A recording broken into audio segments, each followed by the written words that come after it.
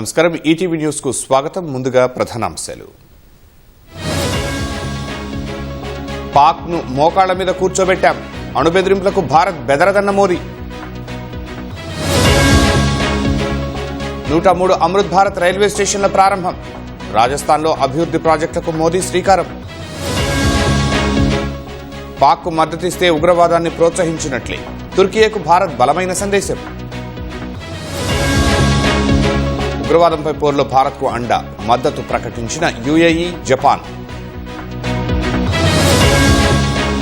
జ్యోతి మల్హోత్రాకు మరో 4 రోజుల police custody.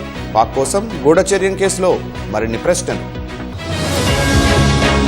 కశ్మీర్పై Pahalgam ఉగ్రదాడి ఎఫెక్ట్, టూరిస్టులు లేక పర్యాటక ప్రాంతాలు ఖాళీ. వక్ఫ్ చట్టంపై సుప్రీంకోర్టులో విచారణ, మధ్యంతర ఉత్తర్వులపై తీర్పు, రిజర్వ్. అమెరికాలో ఇజ్రాయెల్ ఎంబసీ సిబ్బంది హత్య, పాలస్తీనా అనుకూల నినాదాలు చేసిన నిందితుడు.